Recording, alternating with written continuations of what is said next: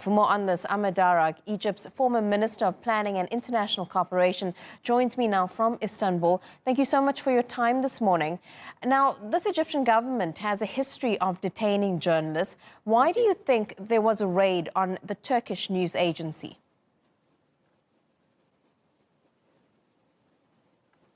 Well, actually, there has been several messages coming from the Turkish states lately to the Egyptian government that it is to the best interest of the two countries and the peoples of the two countries to have cooperation rather than disputes.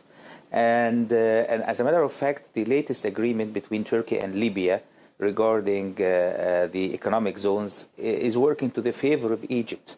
However, in my opinion, the arrest of the journalists of the Anadolu Agency is the direct response from the Egyptian government to the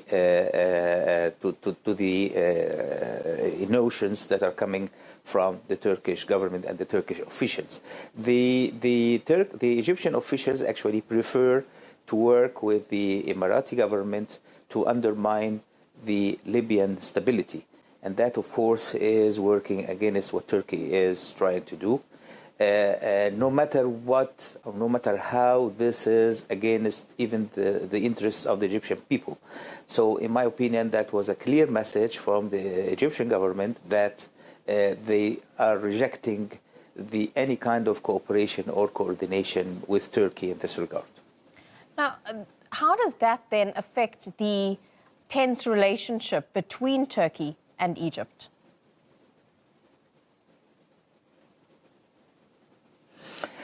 Well, actually, it's going to make it worse. And if you are following the Egyptian media, for example, you get the impression that Egypt is preparing for a war against Turkey, or there is an imminent war coming between Turkey and Egypt. Of course, there is nothing like this is going to happen. Turkey has no interest in this, and Turkey is working for peace.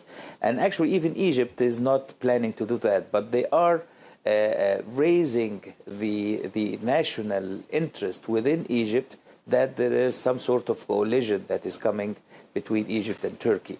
And of course, that is working against any kind of future cooperation or positive relation between the two countries. So, and of course, the latest arrest works also into that direction. And I'm afraid that if the Egyptian government is starting the policy of targeting the Turkish interests in Egypt, there is a lot of other Turkish interests in Egypt, including a lot of factories, a lot of Turkish businessmen having business interests and factories and economic establishments in Egypt, and that could be also a target in future in light of the latest escalation of the Egyptian government. We've also now seen a lot of international reaction coming in from the US, now from European media agencies. Will this have any effect on getting these men released? I mean, at this stage, we don't even know where they're being held.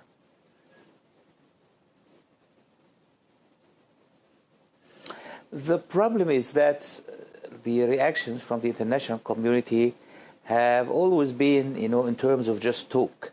While at the same time, the international governments continue to support the Sisi regime with all kinds of support. That is why the Egyptian regime feels emboldened to do whatever it does without any kind of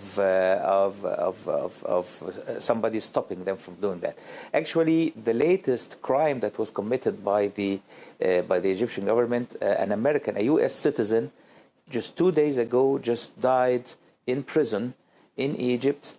He has been detained for more than 6 years without any credible accusations, and he was left until he died in prison, and that caused a fierce reaction inside the United States, from Congress, even from the government, from the State Department against that. So maybe this also is helping the reaction that is coming from the U.S.